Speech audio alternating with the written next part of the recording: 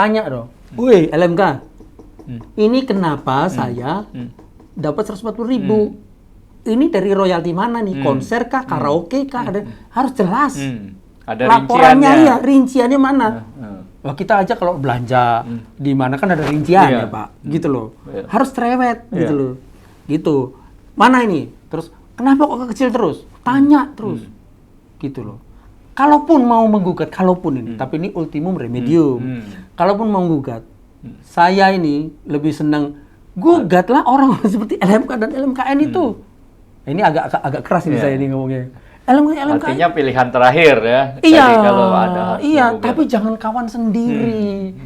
Sesama orang kreatif gitu loh. Kok kecil? Nah ini orang selalu bilang, kok kecil ya? Ya memang konsep dari public performance itu memang kecil. Karena kecil kalau dari satu performance itu kan kalau ada. Tapi kalau banyak semuanya membayar, dari karaoke membayar, dari TV membayar, dari penerbangan membayar, itu gede banget, gitu gede banget. Bahkan malah estimasi saya itu mungkin sampai puluhan triliun, Pak. Jangan sampai kita mengekang seorang pencipta misalnya, nggak boleh pindah dari. Oh, LMK-nya nggak menguntungkan bagi dia, masih dia nggak boleh pindah, gitu. Nah, itu tadi. Kalau ditanya orang, Bang, LMK mana yang bagus? Saya harus katakan jujur, belum ada. Itu belum ada ya? Belum ada, gitu. Jadi yang ideal, yang bagus itu belum ada. Para artis seniman udah paham nggak mengenai hal ini? Kebanyakan nggak. Nggak ya? Bahkan ini estimasi ya Pak, estimasi kasar. Tidak lebih dari 10% itu yang ada di LMK.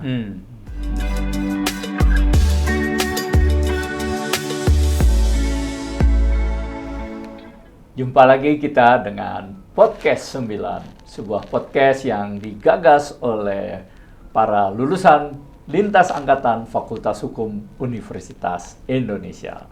Kali ini kita akan membahas mengenai kasus yang sedang marak di dunia seni, khususnya dunia seni suara, dunia menyanyi, dunia musik, yaitu problem mengenai hak pertunjukan atau performance art. Apa sih atau bagaimana sih mengaturnya? Ya. Dan kita akan berbicara dengan narasumber yang sengaja kami sudah undang, ya, yaitu rekan kita Marulam Yuniasih Hutahuruf. Ya. Beliau adalah seorang advokat dan konsultan di bidang hak cipta, sudah sangat lama, ya, pernah menjadi komisioner di manajemen LMKN, kolektif musik nasional. Kemudian beliau juga pernah di Asyiri, pernah menjadi ketua himpunan karaoke dan semacamnya banyak sekali. Ya, dan yang paling utama beliau adalah ahli di bidang hak cipta, ya, terutama di bidang musik. Oke, selamat datang di podcast kami, Bung Marulam. Ya, selamat datang, salam sehat Pak. Nah, sama-sama. Ini saya perlu disclaimer dulu ya sebelum kita mulai. Ini kan ada kasus ini sekarang rame antara Agnes Mo dengan Ari Bias ya. Ari Bias ya. Nah, yang saya ingin tanyakan supaya kita nggak salah persepsi, apakah Anda punya konflik of interest ya dalam konteks ini, dalam arti apakah Anda lawyer atau penasehat hukum dari salah satu pihak Agnes Mo maupun Ari Bias gitu. Ini penting sebelum kita mulai terus ya. Sama sekali tidak. Jadi saya bukan lawyernya Agnes Mo, saya juga bukan lawyer dari Ari Bias. Saya tidak ada hubungan kerja apapun dengan mereka berdua. Termasuk dengan kelompoknya masing-masing, sama sekali atau penentang masing-masing. Sama sekali tidak ya. Ya, jadi itu yang bisa saya sampaikan. Saya hanya berpikir bahwa saya ingin menyatakan sesuatu, menceritakan sesuatu untuk perkembangan kreativitas di Indonesia. Hanya itu. Nah, oke, jelas ya. Jadi pendapat Anda adalah pendapat yang katakanlah objektif, argumentasi objektif, mungkin juga argumentatif yang akademis akademis. Nah, Bung Marulam, ini kan orang heboh nih, terutama pasal 9 itu ya, Undang-Undang Hak Cipta. Kalau saya menyanyikan lagu orang lain, ya, saya pokoknya harus bayar, gitu kan pengertian yang berkembang di luar begitu, ya. Nah, dalam konteks Agnes Mo udah mau menyanyikan lagu Ari Bias, dia nggak bayar, makanya dia dikalahkan oleh pengadilan, harus didenda 1,5 miliar. Ya. Banyak. Ya. Kalau buat lawyer sih nggak banyak, buat kami banyak. Buat koruptor nggak banyak. Itu bagaimana sih sebenarnya aturannya? Dan yang ingin saya tanya juga, tadi aturannya, memory fund to listingnya, latar belakangnya sampai terjadi rumusan ini bagaimana gitu? Ya, jadi kan begini Pak. Pertama begini ya, ini pertunjukan. Yang kita bicarakan hanya pertunjukan. Jadi pertunjukan. Tunggu, emang ada berapa jenis sih selain pertunjukan? Oh, macam-macam. Ada 9 Pak. Jadi ada haknya pencipta itu ada di pasal 9 itu ayat 1 ada penerbitan, ada penggandaan, ada penerjemahan, ada adaptasi, aransemen, transformasi, ada distribusi, ada pertunjukan, nah, ada pengumuman, ada komunikasi, ada penyewaan. Jadi semuanya ada 9 gitu. Nah, yang kita bicarakan pertunjukan, yang pertunjukan saja, ya pertunjukan saja. Terus berikutnya adalah saya harus sampaikan bahwa di dalam sebuah pertunjukan, hukum itu kan tidak boleh tebang pilih, Pak. Semua harus mendapatkan perlakuan yang sama. Tidak bisa kita bilang artis terkenal atau artis tidak terkenal. Gimana ukurannya? Kan gitu kan. Terus atau performer itu pelaku pertunjukan. Kita nggak bisa membedakan performer yang ada di tingkat yang sudah terkenal dengan performer yang ada di kafe-kafe. Semuanya performer. Gitu. Nah, Undang-Undang Hak Cipta beberapa waktu yang lalu saya lihat itu di salah satu stasiun TV ada beberapa akademis yang bilang bahwa hak cipta ini kan untuk perlindungan pencipta. Menurut saya ya nggak begitu. Memang judulnya Undang-Undang Hak Cipta. Yang di dalamnya dilindungi itu bukan hanya pencipta, tapi juga ada produser, ada performer, ya si pelaku pertunjukan, ada broadcaster. Jadi semua mendapatkan perlindungan juga, gitu. Jadi bukan hanya pencipta, ya itu. Terus kemudian dibilang di pasal 9 ayat 2, memang ini yang selalu menjadi pemikiran orang bahwa si pencipta memiliki hak untuk melarang orang lain menyanyikan lagu dia. Ini yang saya tidak sependapat. Memang bunyinya seperti ini. Setiap orang yang melaksanakan hak ekonomi sebagaimana dimaksud pada ayat 1, termasuk di dalamnya ada pertunjukan, wajib mendapatkan izin pencipta atau pemegang hak cipta. Nah, saya perlu jelaskan begini. Memang ada kata wajib di situ, ada izin.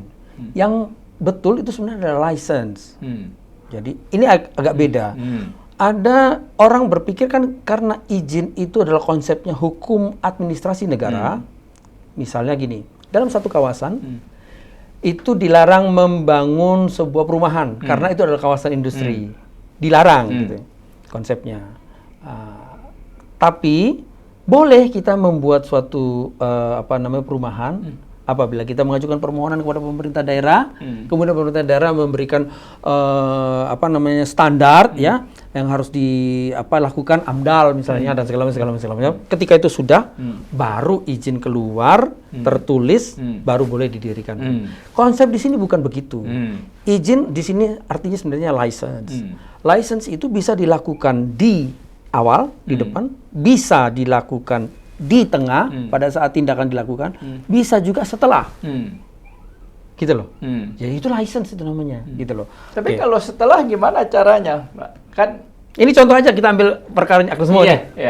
Udah selesai pertunjukan, ya tinggal sih menurut ketentuan perundang-undangan yang berlaku, itu adalah kewajiban untuk license itu bukan si pencipta, bukan si performer, tapi si kafenya. Jadi kalau seringkali kan didiskusikan di beberapa televisi ngomong perjanjiannya dibuka saja, perjanjian dibuka. Tidak pernah ada, Pak. Kalau di pertunjukan itu perjanjian antara si si performer dengan si pencipta. Walaupun mereka boleh saja membuat perjanjian itu, tapi basicnya bukan itu dalam pertunjukan. Perjanjian yang ada adalah LMKN dan LMK Tuh, dengan si kafenya. LMKN ya, mungkin supaya publik ini kan harus tahu. Paham, ya. Lembaga Manajemen Kolektif Nasional. Ya. Tadi ada LMK aja, itu nggak pakai N. Lembaga Manajemen Kolektif. Bedanya apa tuh? LMKN itu dibentuk oleh negara sejak tahun 2014. Berdasarkan pasal 89 Undang-Undang Hak Cipta. Ya. Dia itu representasi dari negara. Dulu Pak, ini private. Semuanya yang public performance itu diurus private. Makanya dulu ada cuman KCI, LMK KCI. Ya.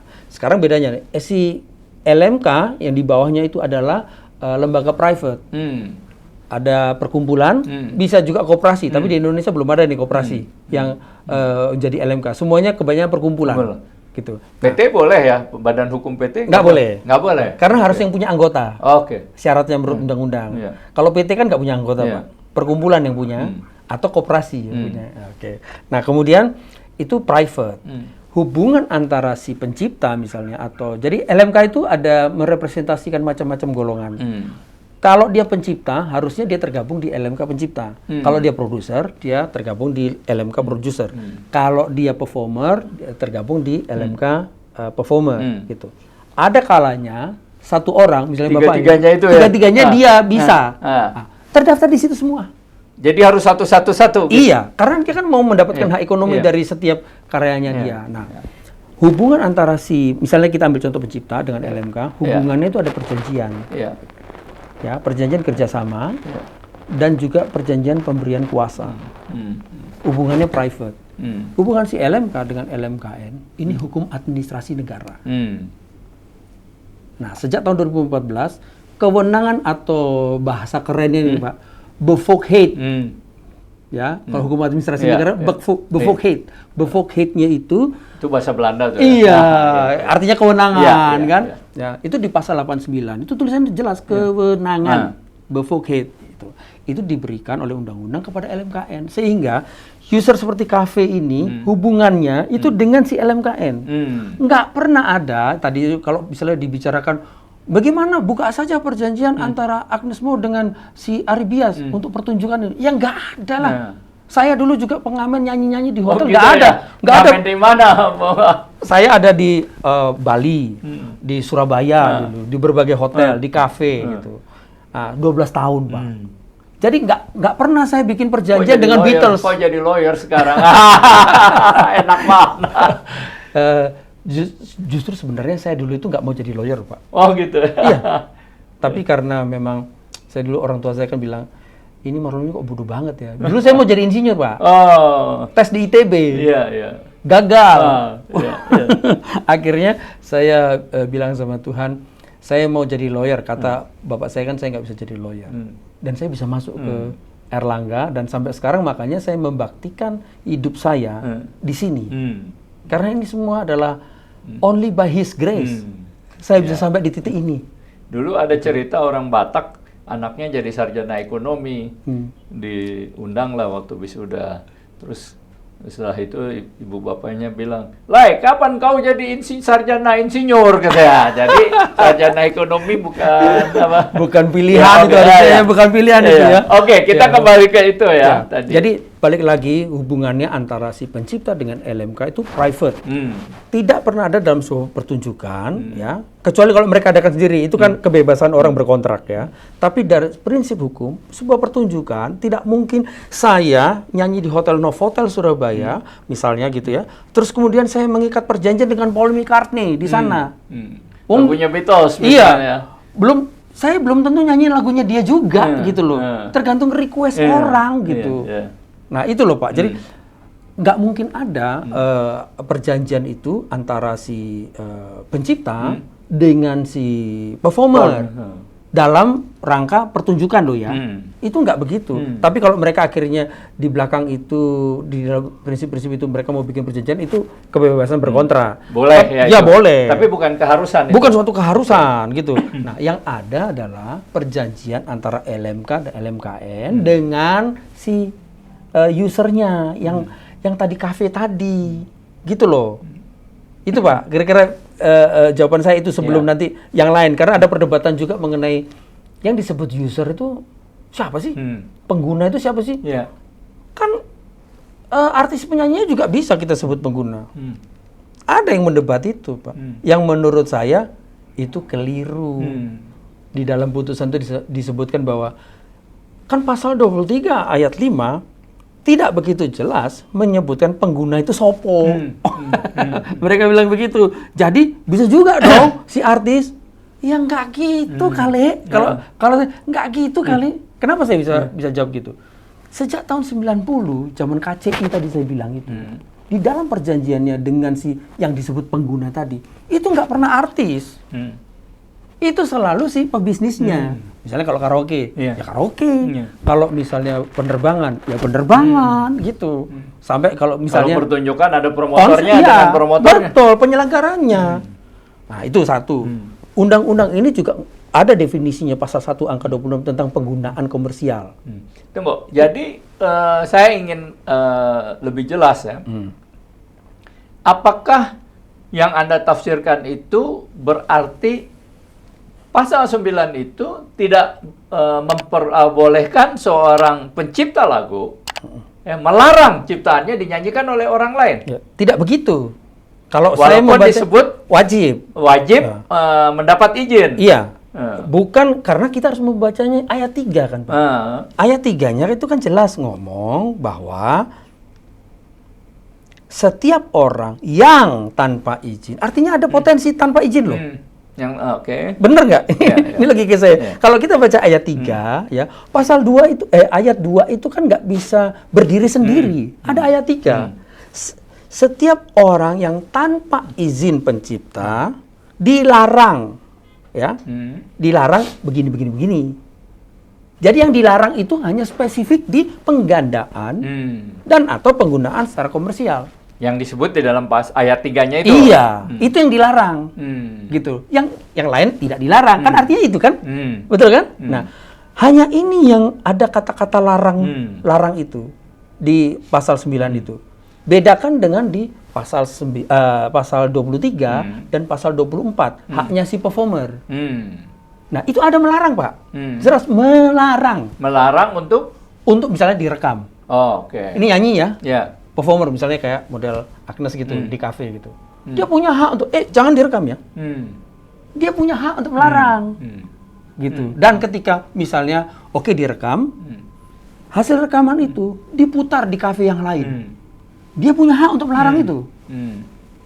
Itu pasal 23 ada itu. Iya. Kalau gitu apakah si pencipta lagu dalam hal ini akan dirugikan? Mestinya tidak. Kenapa tuh? Kalau semuanya bekerja dengan baik, tidak dirugikan. Maksudnya gimana? Gini, kalau si kafenya membayar royalti kepada LMKN, kan nggak ada yang dirugikan tuh, ya kan? Kemudian kalau LMKN-nya kerja dengan baik, mendistribusikan hasilnya tadi ke LMK, maka kan nggak ada yang dirugikan kan? Kalau si LMK-nya bekerja dengan baik, mendistribusikan kepada si penciptanya, maka nggak ada yang dirugikan. Nah, kalau LMKN maupun LMK, steselnya asasnya apakah dia aktif atau pasif? Ada pertunjukan di sana gitu ya, ada 20.000 penonton. Apakah dia yang harus panitia, siapa panitianya ini? Nih, lu bayar ke gua, atau dia tenang-tenang aja, nanti harus bayar. Itu kan kalau pasif atau aktif. Ya harusnya aktif, dia dapat bayaran kok, Pak. Lah, LMKN itu kan dapat bayaran juga orang yang kerja di situ. Maksudnya bayaran dari memanage ini semua. Dia dapat persentase juga dari. Kan ada biaya operasional, ada gaji, paling tidak ada gaji, Pak. Iya. Gaji itu dari mana dia, Pak? Gaji itu dari hasil royalti ini. Negara tidak menyediakannya. Oh, oke. Termasuk di yang swasta ini ya, LMK. LMK juga. LMK juga mendapatkan gaji kan dari situ juga. Jadi bagi saya kalau kita kerja semuanya dengan baik, nah pencipta akan jadi baik gitu. Jadi ini rangkaian yang panjang yang harus orang banyak tanya ke saya gini. Solusinya apa dong, Marulam? Jangan berdebat terus. Solusinya mudah, Pak. Saya ini selalu ngomong solusi mudah. Satu, LMKN, tolong ya kerja dengan baik. Apa itu kerja dengan baik kriterianya? Supaya jelas ini Pak. Mungkin supaya didengar juga sama LMKN ya. Kerja dengan baik. Yaitu Anda harus tentukan mengenai bikin kebijakan pemutihan. Kayak misalnya STNK itu Pak, itu kan ada pemutihan. Hutang-hutang pajak yang dulu udah jangan diobral lagi, digali-gali. Bener-bener nggak menyelesaikan masalah. Misalnya gini, oke, Anda semua tempat hiburan, yuk masukin data sekarang, Anda bayar. Oke, royaltinya murah kok. Ya, nanti saya bisa ngomong tentang angkanya. Masuk bayar, ya. Dengan itu kami akan melupakan dosa-dosa masa lalu. Itu akan lebih baik karena ini harus dibangun habitnya, bukan mengenai angkanya. Habitnya bisa budaya menghormati, respect each others, gitu ya. Si LMKN ini harus bekerja profesional seperti itu dan bikin suatu peraturan. Stafnya itu harus diketatin, jangan melakukan tindakan korup, karena ini sangat berbahaya Pak. Ini adalah sesuatu trust di sini. Ketika uang, ini kan uangnya besar sekali. Ketika uang dimasukkan, tapi stafnya itu korup, maka itu juga merugikan semuanya ini. Jadi LMKN, saya berharap untuk mengeluarkan kebijakan pemutihan. Mungkin di tahun 2024 saja, sampai ke depan. Itu yang kita urus. Dosa masa lalu nggak usah dipikirin. Oke, itu ya LMKN. Gimana Bang, kalau misalnya, pertama gini, usernya akan bilang, saya rugi kalau bayar royalti. Saya bisa pastikan, menurut ketentuan perundang-undangan, saya bisa hitungkan itu semuanya. Kalau nggak ngerti, hubungi saya aja deh, gitu. Saya akan bantu, gitu. Itu murah Pak, murah gitu loh. Jadi tidak akan membuat bisnis itu rugi. Dengan dia punya itikat baik, mensupport dunia musik, maka nanti ujungnya itu Pak, si pencipta akan diuntungkan. Pencipta akan lebih kreatif lagi, bikin lagu yang bagus yang bisa diterima oleh masyarakat. Masuk lagi ke dunia bisnis. Nah, kalau pencipta juga tadi kan manajemen kolektifnya ya yang aktif, yang harus bagus. Dalam hal ini pencipta tinggal pasif juga atau dia harus aktif? Gua nggak dibayar-bayar nih, gitu loh. Gimana?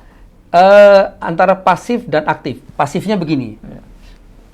Pasifnya nggak usah menggugat kepada seniman yang lain, karena itu sangat merusak. Ya, memang hak itu ya. Saya bilang bukan itu hak. Akan tetapi patut kita harus jaga dunia ekosistem ini antar sesama seniman. Janganlah saling menggugat. Harusnya saling mendukung untuk lebih berkreasi lagi. Aktifnya itu begini.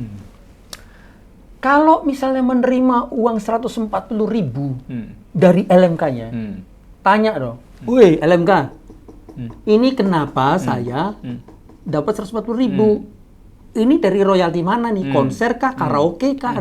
Harus jelas. Ada laporannya ya, rinciannya mana? Wah, kita aja kalau belanja di mana kan ada rincian ya Pak, gitu loh. Harus cerewet, gitu loh. Gitu. Mana ini? Terus kenapa kok kecil terus? Tanya terus. Gitu loh. Kalaupun mau menggugat, tapi ini ultimum remedium. Kalaupun mau menggugat, saya ini lebih senang gugatlah orang seperti LMK dan LMKN itu. Ini agak keras ini saya ini ngomongnya. LMKN. Artinya pilihan terakhir ya. Iya, kalau ada tapi jangan kawan sendiri. Sesama orang kreatif gitu loh. Nah itu. Jadi aktifnya seperti itu. Harus cerewet melihatnya. Gitu Pak. Tapi tidak boleh menyatakan, misalnya Anda pencipta lagu, saya bawa lagu Anda, Wina, lu jangan nyanyiin lagu gua nggak suka sama lo. Atau karena alasan apapun gitu loh. Tadi kan kita sudah sampaikan ya, pasal 9 itu sebenarnya kan kalau kita mau jujur, undang-undang kita tidak memberikan hak untuk melarang pencipta itu. Maksudnya gimana tidak? Kan jelas di ayat 2 itu. Ayat 2 kan ngomong wajib, nggak ngomong melarang loh. Gitu. Ya kan? Ayat 3-nya yang ngomong dilarang, bukan melarang loh. Pasif loh itu. Dilarang. Dan itu hanya yang penggandaan. Jadi limitatif ya? Limitatif gitu loh. Justru yang punya hak melarang itu di pasal 23 dan 24 mengenai performer dan juga produser. Itu punya hak melarang. Broadcaster juga punya hak melarang. Itu. Kenapa begitu? Orang kan tanya, kok di diskriminasi tuh Bang. Enggak. Karena kalau di dalam tindakan produser, performer dan juga broadcaster itu ada tindakan investasi. Gitu loh. Makanya dia diberikan porsi lebih untuk mempunyai hak melarang. Gitu loh. Gitu, ya. Saya tidak sedang merendahkan teman-teman pencipta loh, Pak. Iya. Tapi itu memang konsepnya begitu. Kenapa sih undang-undang ini begini? Gitu. Nah, kalau dalam kasus, coba kita sedikit aja masuk ke kasus Agnes Mo melawan Ari Bias itu. Apa sih yang diputuskan oleh pengadilan dan bagaimana tuh duduk perkaranya sebenarnya? Ya. Dan bagaimana pandangan Anda terhadap keputusan itu ya? Tadi kenapa saya tanya ini kan Anda udah mendisklaimer tidak ada interest apa-apa gitu ya. Jadi saya sudah membaca putusannya. Gugatan ini kan muncul karena tadi tuh ada pertunjukan di sebuah kafe gitu. Saya nggak usah sebutkan namanya, tapi kafe itu adalah di perkara ini menjadi turut tergugat gitu. Bukan tergugat, dia turut tergugatnya. Itu juga saya sayangkan kenapa bisa jadi turut tergugat ya. Gitu. Nah, yang digugat adalah Agnes Mo. Oh, Agnes Mo. Penggugatnya Ari Bias. Oke. Tergugat Agnes Mo. Tergugat satunya. Ya, nggak ada tergugat satu, karena tergugat saja. Hanya satu. Turut tergugat adalah kafenya. Nah, kita tahu hukum acara kita itu di buku Retno Wulan itu jelas bahwa turut tergugat itu tidak akan ikut dihukum. Dia hanya mengkonfirmasi dalil-dalil dari si penggugat.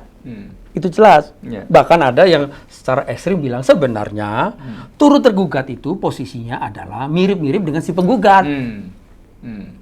Memang tulisannya turut tergugat, bukan berarti dia yang digugat. Gitu. Saya mengetahui ini karena saya adalah litigator juga. Gitu loh. Jadi harusnya itu nggak begitu konsepnya, itu satu.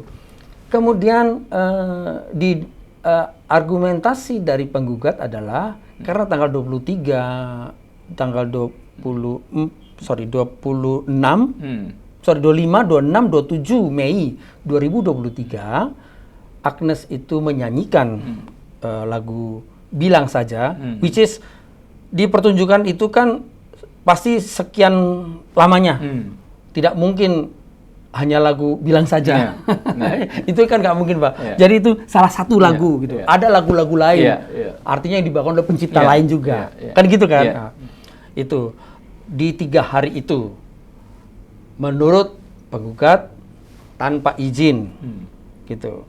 Terus turut tergugat tidak datang di kalau saya nggak salah tidak datang dia, tidak hadir. Kalau saya baca putusan dia tidak hadir, tidak pernah hadir gitu di dalam persidangan. Si tergugat Agnes Mo banyak bicara mengenai bahwa pasal 23 ayat 5 yang ngomong bahwa tanpa boleh kok performer itu menyanyi lagu orang lain tanpa izin. Tapi juga ada embel-embelnya dengan membayar. Nah, ini yang dipakai oleh si penggugat. Iya, tapi kan harus dengan bayar. Tidak ada pembayaran. Artinya tidak ada izin. Nah, kemudian ada ahli juga yang menyatakan bahwa izin, pertama gini, yang disebut wajib izin itu berarti izin dulu, terus ada izin tertulis, baru nanti menyanyi. Which is itu saya tidak sependapat. Boleh kan, Pak? Tidak sependapat. Boleh sependapat atau boleh tidak sependapat. Iya. Saya tidak sependapat dengan itu, gitu loh. Karena yang tadi menurut saya pertunjukan itu nggak bisa begitu. Jadi kita nggak bisa membeda-bedakan hukum itu antara artis terkenal dan artis tidak terkenal. Jadi tidak ada konsep dalam pertunjukan itu izin dulu baru nyanyi. Itu nggak begitu. Kalau gitu kan berarti kalau tidak izin lebih dahulu, izin bisa belakangan. Tapi kan kalau bayar harus wajib dibayar kan? Berarti harus ada perhitungannya. Oh iya. Nah, kalau dia tidak minta izin dulu, ada dendanya nggak tuh? Itu nggak ada denda. Jadi yang ada adalah sudah jelas di situ keputusan Menteri tentang tarif tahun 2016 itu 2% dari harga tiket. Kalau nggak ada tiketnya gimana, Bang? Ya nggak apa-apa juga. Itu ada aturannya. 2% dari ongkos produksi. Itu sudah ada ketentuannya semua. Tapi yang kalau 2% itu per lagu apa kalau saya Bukan, tadi bukan 10 per lagu. lagu saya nyanyi 10 lagu. Kalau per lagu kan 10 lagu 20%. Ya, public performance Iya. itu dari pengalaman yang saya pelajari tidak pernah hitung lagu, Pak. Oh, oke. Orang sebut dengan sistem blanket license. Oh. Gitu. Makanya tadi saya bilang di peristiwa tanggal 25, 26, 27 Mei 2023 itu kan bukan hanya lagunya Ari Bias yang dinyanyikan. Iya. Oh, itu banyak lagu yang lain gitu loh. Iya. Nah, ini disebut blanket license. Menghitungnya dari tadi tiket, 2% dari tiket atau 2% dari ongkos Dibagi produksi. berapa lagu yang dinyanyikan gitu. Kalau lagunya 15 ya 2% dibagi 15 betul, gitu ya. Betul gitu loh. Kira-kira itu begitu. Jadi kok kecil? Nah, ini orang selalu bilang, kok kecil ya? Ya memang konsep dari public performance itu memang kecil. Karena Kecil bisnis kalau dari satu satu performanya itu kan kalau ada tapi kalau 20 banyak semuanya ribu, membayar, dari karaoke membayar, dari semuanya TV membayar, dari penerbangan membayar, itu gede banget, gitu gede banget. Bahkan malah estimasi saya itu mungkin sampai puluhan triliun, Pak. Gitu loh. Jadi berpikirnya gitu, supaya apa sih? Kenapa kok kecil? Supaya kreativitas itu dipergunakan oleh si pebisnis. Jangan memberatkan pebisnis. Itu konsepnya begitu. Bahkan Pak, ini karena supaya untuk menumbuhkan kreativitas ya, yang lagunya nggak diputar pun itu mendapatkan royalti loh, Pak. Maksudnya nggak diputar? Tidak ada diputar di mana-mana. Saya pencipta lagu misalnya, lagu saya nggak laku. Gitu. Bukan berarti saya nggak mendapatkan royalti. Oh, kok dari bisa lagu. gitu? Iya. Gimana cerita itu? Ya, karena konsepnya di dalam public performance ini ya. Itu gotong royong gitu. Jadi hasil yang sudah ada itu menjadi stimulan dibagi kepada orang-orang semuanya si pencipta yang terdaftar itu yang baik yang diputar lagunya banyak dan yang nggak diputar supaya si orang yang lagunya nggak diputar nih semangat untuk menciptakan lagu. Dia kan pengen dapat lebih besar kan? Tapi persentasenya berbeda tentu ya? Oh ya beda. Oh beda. Tapi artinya dia mendapat minimum royalti namanya, Pak. Iya. Gitu, minimum royalti. Nah, minimum royalti ini berusaha untuk mendongkrak dia. Yuk, ayo segera ciptain lagu yang lain yang menarik yang bisa diterima oleh masyarakat. Supaya nanti kamu diputar banyak, hitungannya menjadi banyak. Oh, dapat lebih banyak lagi, gitu loh, Pak. Jadi ini memang begitu perputarannya. Jadi konsep itu kan kalau saya pernah ada tulis juga satu buku mengenai copyright ya. Tapi di bidang pers itu mengenai sejarah hukum copyrightnya. Kalau dulu di Indonesia di Timur itu kan nggak ada copyright ya. Kekayaan itu kan komunal, dia kekayaan komunal dibagi-bagi ya semua. Dan malah kalau dinyanyikan lagu, wah senang lagu gue top kan, baru kemudian terjadi lebih kepada hukum barat ketika ada pemisahan antara individual dengan masyarakatnya ya. Terus, tapi ini di dalam kita menyimpang sedikit, undang-undang hak cipta itu tetap mempertahankan tadi gotong royong tadi.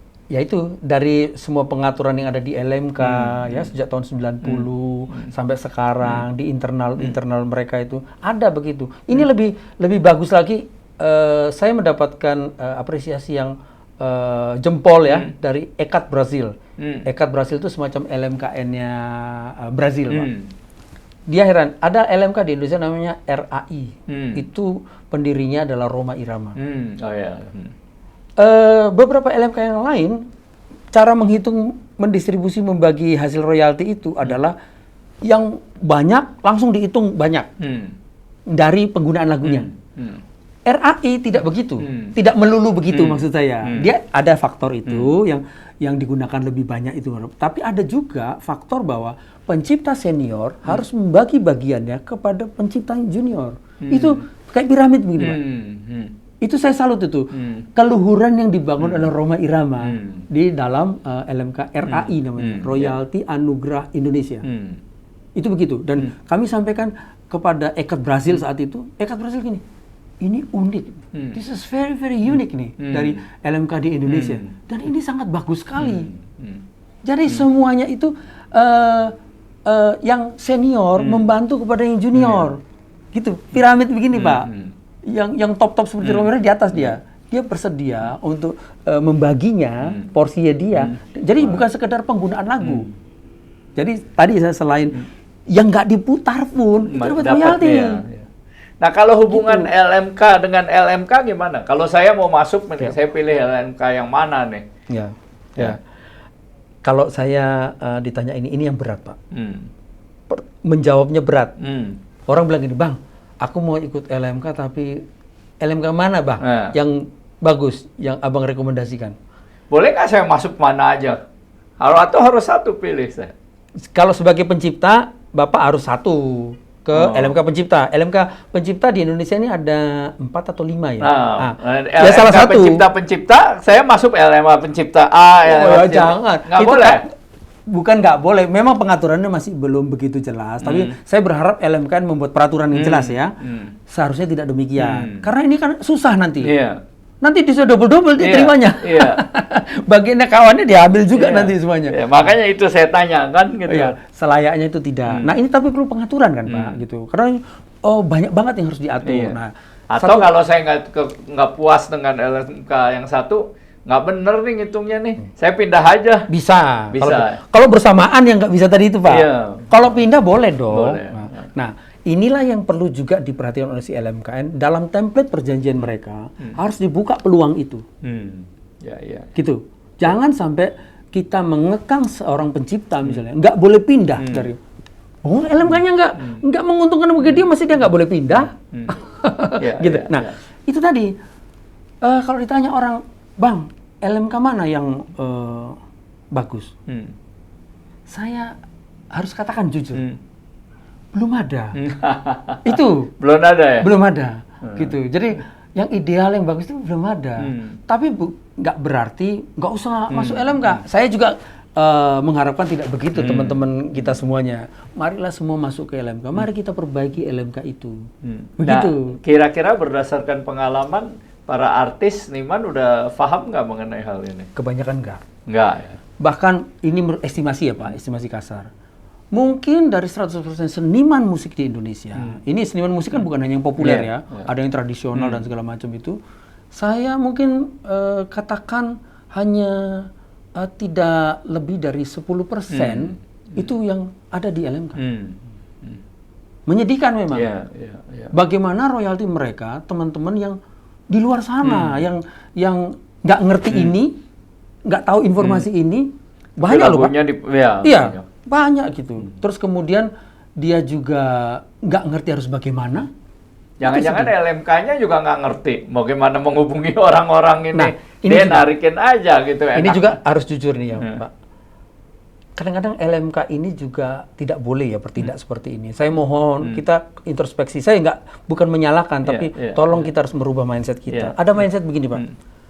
Kalau banyak orang yang daftar di LMK saya, nanti saya membaginya kan jadi sedikit-sedikit semua, paham kan Pak? Iya. Harusnya nggak begitu cara berpikirnya. Ya cari ini dong, hasilnya harus banyak supaya dibagi banyak semua kan gitu Pak logikanya, mestinya loh. Bukan gini, aku nutup cuma 100 orang aja deh yang di LMK ku, gitu. Yang lain tuh nggak usah kita tolain aja gitu. Itu janganlah begitu. Kasihan teman-teman kita yang lain itu. LMK tuh boleh menolak kalau saya daftar jadi anggota, misalnya saya musikus atau sebenarnya tidak boleh. Tapi ada nih, saya harus jujur lagi nih ya untuk perbaikan ke depannya. Saya harus jujur ngomong bahwa kadang-kadang mereka nggak menolak, tapi dia bilang memberikan persyaratan yang terlalu sulit, terlalu jelimet, sehingga tidak bisa dipenuhi oleh si bersangkutan. Gitu loh Pak. Itu kan kasihan. Gitu. Misalnya Anda udah pernah 40 lagu top misalnya ya kan. Padahal dia baru satu tapi top juga gitu loh. Nggak memenuhi syarat juga, nggak bisa diambil duitnya. Nah hal-hal kayak gitu mudah-mudahan janganlah. Mari kita itu berubah semuanya ya. Si LMK-nya tolong rangkul semuanya. Sedapat mungkin rangkul semua seniman itu untuk masuk. Segera. Jangan yang hanya lagu pop doang. Tapi juga yang lain. Kalau perlu yang di daerah-daerah. Lagu-lagu daerah itu kan banyak juga, Pak. Itu juga banyak di karaoke loh, Pak. Lagu-lagu Ambon ya, ada banyak di Ambon sana. Lagu Batak banyak ya. Iya. Aku anak Medan, atau apalah gitu ya. Di daerah mereka itu kan mereka raja. Jadi mestinya mereka harus dilayani dengan baik juga. Gitu. Tadi Bung Marulam, kita kembali ke... Saya sambil minum ya, Bu? Oh, boleh, Pak, boleh. Iya. Kita... Boleh minum, silakan. Iya. Nah, kan kembali ke kasus Anesmo dengan Arya Bias ini, apa yang diputuskan oleh pengadilan itu? Oke, balik lagi tadi. Jadi gini, tadi kan argumentasi penggugat begitu, tergugat begitu, kemudian ahli menyatakan begitu, dan ada lagi tadi yang lupa saya sampaikan, si ahli menyatakan selain mengenai izin dulu, baru nyanyi, kemudian ada lagi yang disampaikan adalah pengguna, yang disebut pengguna, itu kan debatable. Pengguna bisa siapa saja. Menurut saya itu nggak benar. Tidak benar. Apalagi dia sebut, lah ini orang. Nah, lihat dong pasal 1 angka 26 Undang-Undang Hak Cipta yang didefinisikan orang itu siapa? Yaitu individual dan atau badan hukum. PP 56 2021 juga jelas mengatakan begitu. Pengguna itu jelas kok siapa. Sejak tahun 90 yang disebut pengguna itu nggak pernah si seniman, Pak. Nggak pernah itu. Gitu. Selalu si pebisnis gitu loh. Contoh lagi, setelah artinya dalam kasus misalnya saya artis, saya mau lakukan pertunjukan, performan, Anda pencipta lagunya, ada produsernya, ada promotor maksud saya, pencipta lagu tidak ke saya sebagai pengguna, tapi pengguna adalah promotor atau penyelenggara itu. Betul. Jadi yang disebut pengguna itu bukan si seniman, sekali lagi saya sampaikan, tapi kadang-kadang juga ada ya seniman tapi dia juga pengusaha, dia yang itu yang dimaksud. Kebetulan orangnya sama. Tapi yang dimaksud adalah si yang berbisnis. Kalau tadi ya tahun 90 dari perjanjiannya KCI dengan si pengguna itu selalu penggunanya tidak pernah artis. Undang-Undang Hak Cipta 2015 juga mengatakan demikian, pasal 1 angka 26. Kemudian di Statuta LMKN tahun 2015, statuta mereka punya semacam kayak anggaran dasar, aturan dasarnya gitu, Pak. Itu juga yang disebut pengguna, itu tidak pernah si seniman. Tapi si penyelenggaranya, entah itu apa IO, entah itu apa namanya karaoke, pengusaha karaoke, penerbangan, maskapai penerbangan, begitu pebisnisnya. Itu yang disebut pengguna. Kemudian di peraturan menteri tahun 2000 Peraturan Menteri Hukum dan HAM nomor 29 tahun 2014 itu juga sama, yang disebut pengguna itu tidak pernah si artis, tidak pernah si seniman gitu, selalu si pebisnis. Sampai di Peraturan Menteri Hukum dan HAM tahun 2018, tahun 2021, tahun 2022 semuanya ngomong pengguna itu nggak pernah artis. PP 56 tahun 2021, ayo kurang apa lagi nih saya. Tapi waktu di pengadilan itu ahli mengatakan pengguna adalah si artis, si senimannya itu. Dia tidak langsung ngomong begitu, tapi dia membuka peluang begitu. Jadi bisa siapa saja dong, bisa siapapun, begitu. Artinya bisa juga artis. Ini yang saya tentang. Ya enggak lah, nggak mungkin artis, karena itu dari tahun 90 nggak pernah ngomongin artis. Dari undang-undangnya juga nggak pernah ngomong artis. Di peraturan menteri tadi nggak pernah artis. Sampai terus sampai PP 56 2021 nggak pernah juga ngomong artis. Jadi kenapa harus ditafsirkan secara sempit bahwa itu artis? Bisa jadi siapa sebenarnya keputusan dari pengadilan niaga itu secara substansial hakimnya sebenarnya tidak bersalah, tetapi karena berdasarkan input yang dia peroleh di sidang itu, dia membuat putusan itu. Yang mungkin kan saya yang bisa ditafsirkan yang bisa menjawab itu kan hakimnya Pak.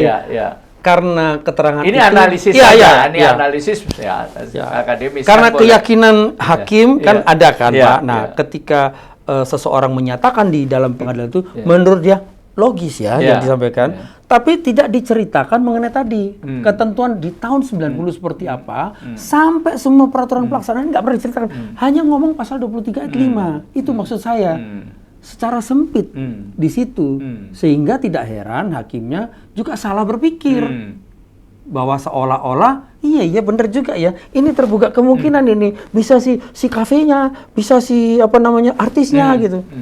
Menurut saya nggak begitu. Kalau ini diceritakan kepada hakim, mungkin hakim akan berbeda pikirannya. Artinya karena ini dua berperkara kan perdata gitu Iya. Salah satu pihak Iya. lebih pintar ya Iya. kalau kita tafsirkan gitu ya. Kita tidak bicara Saya nggak ngomong salah satu lebih pintar loh Pak. Itu kan tadi sehingga hakim menyimpulkan seperti yang diinginkan gitu ya. Dalam hal ini pengacaranya, advokatnya dari Aribias ya. Saya juga nggak punya kepentingan nggak punya kepentingan, tapi kita berbahaya nih ngomong ini, agak di jurang kita ini. Nggak punya kepentingan, kita hanya menafsirkan ya bisa.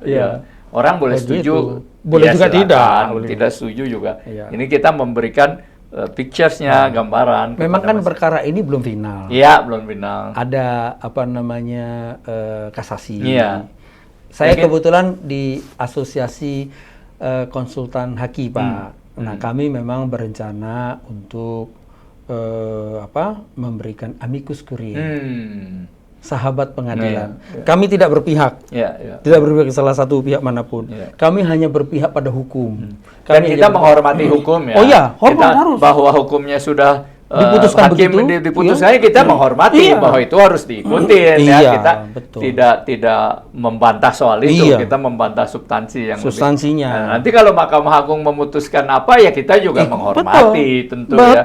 Kalau Mahkamah Agung mempertahankan ini ya kita hormati. Kalau dia berbeda kita juga hormatin gitu ya. Ini supaya jelas ya. Kita nggak ada pro kemana-mana ya. Kita bicara soal hukumnya. Tapi Bung Marulam, ini juga menarik. Kalau di Indonesia kita seniman pencipta ya, dinyanyikan lagunya dan orang yang penyelenggaranya harus memberikan royalti ya kepada si pencipta. Sebaliknya kalau lagu barat di Indonesia bagaimana nih? Ya kan sama. Hukum kan tidak memandang hal itu ya. Jadi sekali lagi konsepnya bukan izin dulu baru nyanyi. Tadi kan kita bicara nggak mungkin kan ketika orang request lagu Beatles gitu, terus saya telepon Paul McCartney kan nggak mungkin begitu. Jadi tapi apakah ada royalti mereka yang mereka harus terima? Ada Pak, ada. Jadi misalnya semua membayar ya, entah dari pihak penyelenggara atau dari hotel, kafe membayar, maka antara LMK dan LMK itu punya perjanjian bilateral atau multilateral dengan LMK yang ada di sana. Mereka kerjasama. Jadi misalnya Jepang ya Pak, misalnya Jepang gitu. LMK kita misalnya atau LMK kita ini kerjasama dengan Jepang. Maka itu gesang. Misalnya terjadi itu, ada perjanjian itu. Maka kita akan minta lagunya Gesang yang diputar di Jepang, kami ambil royaltinya. Boleh lagu Koreamu atau lagu ini kamu ambil yang di sini nggak apa-apa. Tapi kasih juga lagu dari Indonesia. Kalau Jepang gitu. yang saya tahu nggak diminta pun mereka kasih waktu kasus Gesang ya, Bengawan Solo ya. Mungkin culture-nya memang lain memang lain. Karena mereka sudah aware itu Pak. Gitu. Nah tapi kalau penyanyi kita juga mungkin kan seniman nggak tahu nih atau bukan seniman. Ya senimannya, penyelenggaranya bahwa dia wajib untuk membayar royalti ya. Ya bahwa yang membayar itu promotornya, penyelenggara kan lain soal. Tapi saya sebagai penyanyi perlu memahami itu kan. Oh iya. Dan tidak dikenakan ke saya sebenarnya. Tidak dikenakan. Bahkan itu di WCT artikel 11 itu ya. WCT atau Berne Convention, saya lupa itu. Itu benar bahwa si performer harus mendapatkan perlindungan, even dia main di negara orang lain. Gitu. Jadi artinya dia tidak perlu dipusingkan dengan hal ini. Yang penting bagi dia adalah perform. Nanti si penyelenggaranya yang urus itu semua. Gitu. Ibarat olahragawan atau misalnya tinju ya, gua main tinju aja, yang lain-lainnya ada manajernya yang ngurus, ada yang ininya gitu ya. Gitu. Jadi jangan dipusingkan dengan hal-hal yang tidak perlu mereka harus pusing. Mereka harus explore aja kreativitas. Begitu. Nah, kalau perubahan lagunya, perubahan aransemen kah ya, perubahan bahkan tadinya mungkin lagu pop bisa jadi lagu jazz, jadi blues atau apa, ya. Itu bagaimana ketentuannya tuh? Ya nggak apa-apa. Sekali lagi ini kan kita spesifik ngomong di pertunjukan ya Pak, bukan yang rekaman apa segala macam ya. Ini contoh nih, baru hari Sabtu kemarin, itu ada pertunjukan di Citos, Citos ya. ada jazz. Kitos itu Cilandak Town Square. Cilandak Mall Town itu. Square. Ya. Itu mall kan? Mall. Di tengahnya dibikin panggung. Iya. Acaranya namanya Jazzy Night. Ada Tompi di situ nyanyi. Terus ada Mas Yongki Vincent, pemain piano jazz. Tiba-tiba nih ada request nih lagu. Naik ke puncak gunung. Itu karya Busut ya? Iya, Busut ya. Kan nggak mungkin tuh Pak, izin dulu. Iya. Ya. Dulu zamannya kan aransemennya ya begitu aja kan. Tiba-tiba dinyanyikan oleh Tompi dan Yongki Vincent. Ngejazz banget. Iramanya bisa lain banget dengan itu. Ini kan Bapak tanya itu kan. Itu bagaimana? Itu ekspresikan saja. Si penciptanya nggak boleh melarang. Kan tadi kita sudah sepakat bahwa gini, tidak ada lo mesti izin gua dulu dong. Kalau lo nyanyi boleh, tapi kalau mau ngubah-ngubah gitu ini kalau pengertian kita seperti itu, maka itu menghambat kreativitas. Jadi bisa dibayangkan ketika itu terjadi, kalau memang logikanya begitu, lu nggak bisa nyanyi gitu, lu izin dulu baru itu si Yongki Vincent dan juga Tompi tidak akan bisa menyanyikannya. Apalagi Busut udah almarhum, kalau almarhumah. Tapi kan ada ahli warisnya. Iya, ahli warisnya. Banyak pula. Iya, tapi artinya itu jangan sampai menghambat. Kalau kayak gitu logikanya, itu akan menghambat kreativitas. Udah susah dia untuk main jazz lagi, harus dipikirin, harus mikirin gini, izin dulu dan segala macam. Ini gimana nih mainnya kan terbeban gitu loh. Penonton juga nggak bisa terhibur gitu loh Pak. Gitu. Nah, itu seharusnya tidak boleh terjadi. Gitu loh. Biarlah penyelenggara itu urusan, kalau mau merubah, asal gini Pak, perubahan itu nggak boleh sampai merusak citra dari si pencipta. Misal gitu. Maksudnya gimana? Gini, sebuah lagu boleh saja di aransemen tadi jazz dan segala macam, tapi ada pencipta yang tidak mau lagunya itu misalnya sebuah lagu yang religius, terus dibikin semuanya itu urakan gitu, misalnya urakan. Terus yang menyanyikan pakai baju yang tidak semestinya, misalnya yang asusila dan segala macam. Padahal itu lagu religius gitu. Dan diseronok gitu ya, kacau lah gitu. Itu menghina si pencipta. Itu melanggar pasal 5. Tapi itu tentang hak moral. Begitu. Si pencipta boleh untuk, jangan dong begitu. Dia bisa menuntut. Jangan dinyanyikan seperti itu. Itu bisa. Jadi yang saya maksud tadi itu, bukan, itu boleh tuh pencipta kalau bisa itu. Tapi itu kan maksud saya gini, melarang dalam arti tidak absolut ya Pak. Jadi ada juga dia bisa melarang kok sebenarnya, tapi yang berkaitan dengan misalnya hak moral. Kayak Bing Slamet dulu kan di Amerika waktu dia menyanyi, dia bilang tiba-tiba nggak boleh dia nyanyi oleh pencipta di sana karena mengubah-ngubah lagunya. Waktu itu saya nggak tahu undang-undang hak cipta kita belum berlaku sebenarnya. Kalau misalnya dinyanyikan di sana kan yang diberlakukan adalah undang-undang sana. Setempat. Nah, sangat mungkin itu kalau misalnya merubahnya itu merusak citra dari si pencipta, tentu pencipta boleh dong, karena itu kan lagu ciptaan dia. Kita juga, ini sekali lagi hak cipta itu respect each others. Bagi saya itu konsepnya. Hak cipta itu respect each others, respect kepada performer, respect juga kepada pencipta. Kita sama-sama respect semuanya gitu loh. Itu konsepnya. Itikat baik dan respect each others. Itu yang harus dipegang. Tapi menurut Anda Indonesia sudah waktunya ya menerapkan prinsip-prinsip hak cipta ini kan?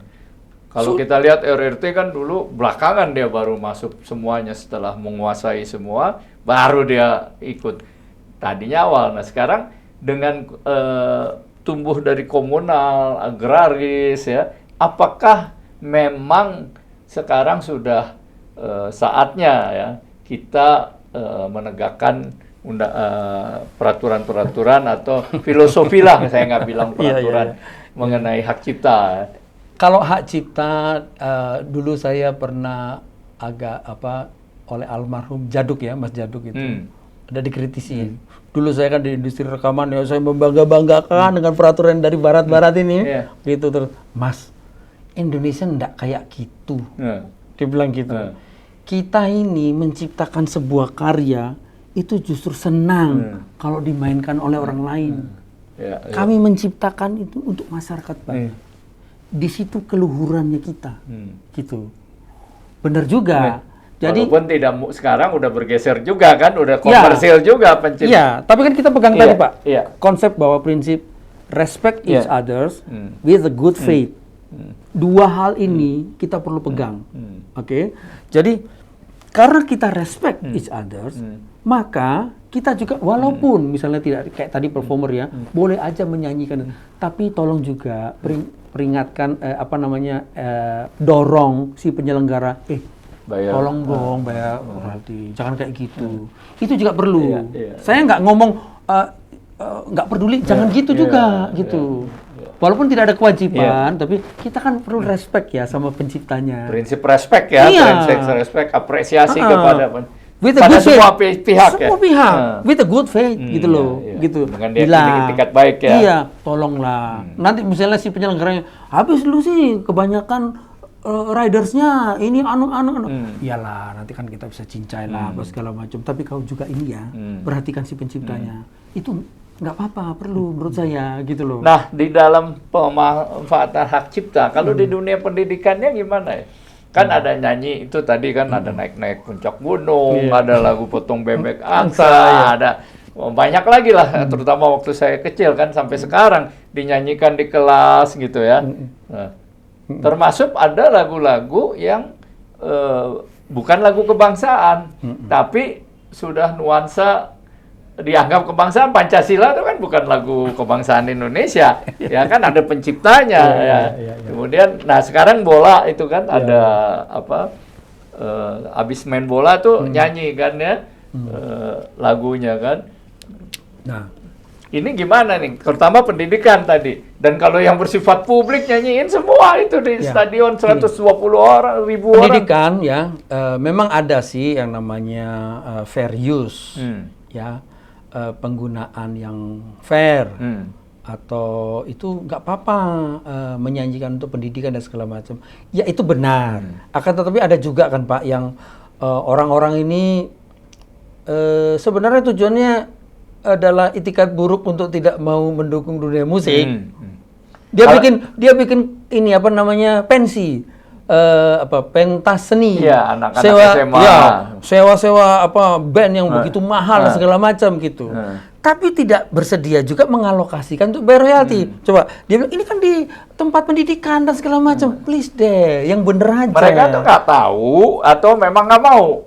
Ada macam-macam. Kalau pensi kan mungkin anak SMA ya umumnya ya. Iya. Loh, pensi ada yang sewa band yang sangat terkenal di Indonesia. Dan itu gede banget, Pak. Iya, kalau gitu. Iya. Nah, terus mereka panitianya bilang, "Ya itu kan ini di kawasan pendidikan loh ini padahal sponsor banyak, padahal tiket yang dijual itu banyak dan segala macam." Ya itu lain soal lah. Kalau misalnya yang di kelas gitu loh yang anak-anak. Ya, sekali lagi kan gini. Kita sama-sama nggak usah terlalu kaku dengan semua peraturan ini, itikat baik. Kalau memang mau dukung aja, kasih royalti. Walaupun kadang-kadang orang ini kadang-kadang terlalu jelimet. Misalnya gini, dia tanya, kalau tempat potong rambut Bang, ada musiknya, itu gimana? Itu perlu membayar royalti apa enggak? Gini.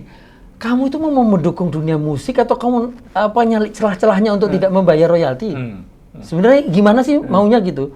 Kalau kamu memang mau mendukung dunia musik ya, kasih penciptanya. Aku hitungkan. Kita bisa masukkan ke keputusan menteri yang mana nih. Bisa kita atur. Niat enggak untuk mau mendukung dunia musik. Itu aja loh, Pak. Gitu. Karena di keputusan tentang tarif itu hanya 13 sampai sekarang ini. 13 subsektor jenis usaha itu.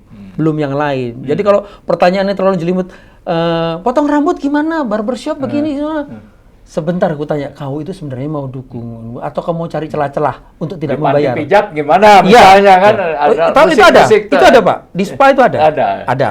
Itu sudah ada keputusan menteri tadi. Bayar juga ya. Iya. Tapi kalau yang tadi itu potong rambut itu barbershop kan belum ada. Itu saya kasih contoh gitu. Kalau di kelas belum ya murid-murid sekolah SD, TK. Kalau itu memang prinsipnya itu kan non profit. Jadi tidak pendidikannya ada juga profit, tapi ajaran-ajarannya non profit. Iya, jadi tapi itu the whole. Ya, tapi sekarang ini cuma ada 13 subsektor jenis usaha yang ada angkanya. Bukan berarti kewajiban royalti itu tidak ada kalau di tempat yang lain. Itu loh maksud saya. Kalau memang mau membayar royalti, ya boleh-boleh aja. Terus orang bertanya, terus gimana ngitungnya? Gampang. Kamu mau punya duitnya berapa? Aku masukkan ke keputusan menteri tentang tarif yang mana. Bisa. Yang penting kamu niat atau tidak. Itu dulu, Pak. Iya. Kalau terus, ya deh, aku mau dukung dunia musik. Asal nggak merugikan dunia usaha kamu. Oke, kita hitungkan. Nanti kita hubungi si LMKN. Pak LMKN.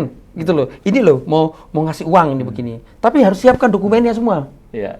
Gitu loh. Tetap harus mendukung, tetap harus sampai ya kepada si penciptanya.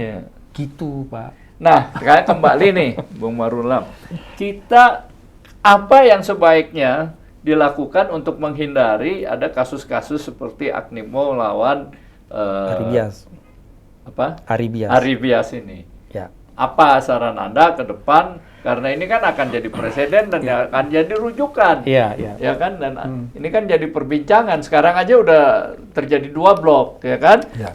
Aribias dengan Dhani Ahmad Dhani, yang ini dengan Agnesmo yang lain, dia datang ke apa yang sebenarnya harus terutama dipahami oleh mereka dan bagaimana pemecahannya ke depan gitu. Yang harus dipahami mereka, saya harap mereka tidak saling menyerang antara komposer, performer, produser, broadcaster. Itu nggak perlu. Kerjasama. Semua punya kontribusi untuk kreativitas ini. Oke, berikutnya. Solusinya bagaimana? Seperti tadi saya sampaikan, LMKN kerja dengan baik. Bikin suatu kebijakan untuk pemutihan. Pikirkan ke depan, nggak usah yang ke belakang. Gitu. Kemudian, itu LMKN dan bikin suatu peraturan yang begitu jelas, pengawasan, monitoring terhadap staf semuanya, LMKN dan LMK, ya. Terus supaya tidak ada yang korup. Kemudian LMKN membuat distribution guidance, pedoman distribusi. LMK membuat distribution rules. Dia harus transparan, harus menjelaskan bagaimana cara mereka membagi. Itu dibikin perjanjiannya dengan si anggotanya. Buka itu kalau perlu buka kepada masyarakat luas. Kami ini begini loh cara ngitungnya, gitu, supaya menarik yang lain yang belum terdaftar untuk mendaftar, gitu loh. Ternyata rumusannya jelas, gitu. Tuh. Terus kemudian si seniman berkreasilah terus, jangan berhenti. Kita akan dorong bagaimana caranya uang itu nyampe kepada kalian semua si seniman, supaya kalian tenang, hidup kalian sejahtera, karena mereka ini semua adalah aset bangsa ini, ya. User. Sekarang si kafe, restoran, bar semuanya taatlah pada peraturan perundang-undangan. Sudah ada semuanya dan kalian semua tidak akan rugi di sini. Oke, saya potong sedikit itu kalau mereka melanggar pidana atau tetap perdata ya? Saya mendorong tidak ada pidana. Karena itu sangat ultimum remedium, bahkan perdata pun tidak.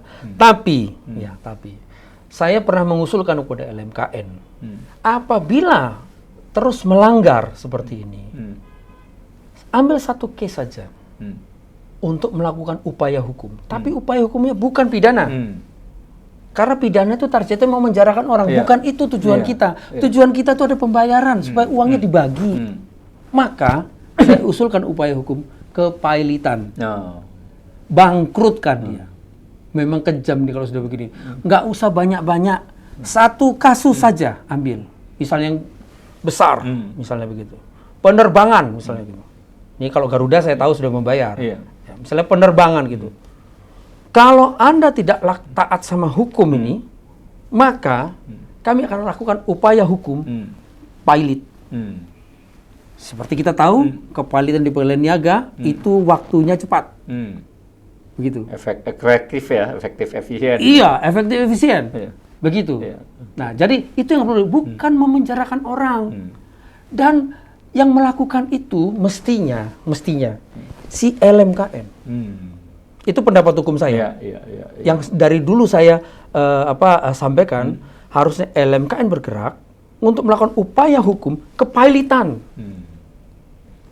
Bangkrut. Anda tidak mau bangkrut, bayar royalti. Royalti ini nggak seberapa kok. Artinya karena sudah ada itikat tidak baik itikat tapi buruk. Tapi itu kan udah terakhir, Pak. Ya, Ultimum remedium makanya gitu. Karena ada itikat buruk tadi udah nggak mau. Tapi selama masih bisa kita lakukan, tetap kita lakukan dengan. Sebelum sampai ke sana yang ujung tadi, saya berharap LMK bikin campaign.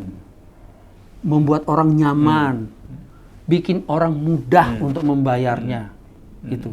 Bikin license yang mudah, jangan direpotkan. User itu kebanyakan yang saya tahu Pak, kafe, restoran itu bersedia kok. Cuma mungkin dia nggak tahu ya. Karena dia nggak tahu. Permasalahan yang saya hadapi itu karena mereka nggak pernah membudgetkan dalam tahun ke depan. Kita bantu budgetingnya, cara hitungnya gini loh, supaya ini budgetingmu tidak mengganggu keuanganmu di tahun ke depan, gitu. Dan ini tidak akan merugikan kamu. Nanti kalau mereka sudah membayar gitu ya, sudah taat, kita bisa untuk kasih endorse dia ya. Untuk kita kasih tahu kepada publik bahwa inilah pengusaha yang baik ini, supaya juga mendapatkan kemudahan perizinan di daerah-daerah mereka masing-masing. Kalau mau bikin bisnis apalagi akrab. Si pengusahanya senang, LMKN-nya senang, LMK senang karena raportnya jadi bagus semua kan Pak. Si pencipta senang, duitnya banyak. Gitu. Terus si pencipta menciptakan lagu lagi. Dipakai lagi di dunia usaha, muter begitu terus, akrab, bergandengan tangan semua. Ekonomi tumbuh baik ya. Negara diuntungkan, pajak. Iya, pemerintah untung juga ya. Iya, karena kan negara juga butuh uang sekarang ini. Efisiensi dan segala macam. Dari sini, bapak-bapak pemerintah, saya bisa omongkan itu. Bisa mendapatkan pajak. Ini masih ngomong yang offline loh Pak. Kita masih dari tadi ngomong yang karaoke. Ini belum ngomong yang digital. Belum ngomongin digital platform YouTube dan segala macam. Itu kalau kita atur di yang digital ini, itu besar sekali. Yang di offline aja, itu besar banget. Malah ada kawan saya yang pernah menghitungnya. Itu puluhan triliun, Pak. Dari offline ini ya? Offline doang. Kita nggak ngomongin digital. Iya. Kalau itu kita bisa dapatkan, bagi kepada semua masyarakat seniman ini. Nggak ada lagi, Pak, saling gugat-gugat gini, nggak ada. Ya.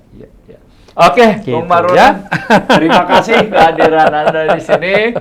Mudah-mudahan nggak bosan kalau kami undang lagi membicarakan hal nggak ada kasus lain. Mudah-mudahan juga nggak ada kasus ya. Tapi untuk perkembangan ilmu pengetahuannya. Iya, nggak ada kasus bukan berarti kita ini para lawyer. Saya juga ke para lawyer, Pak.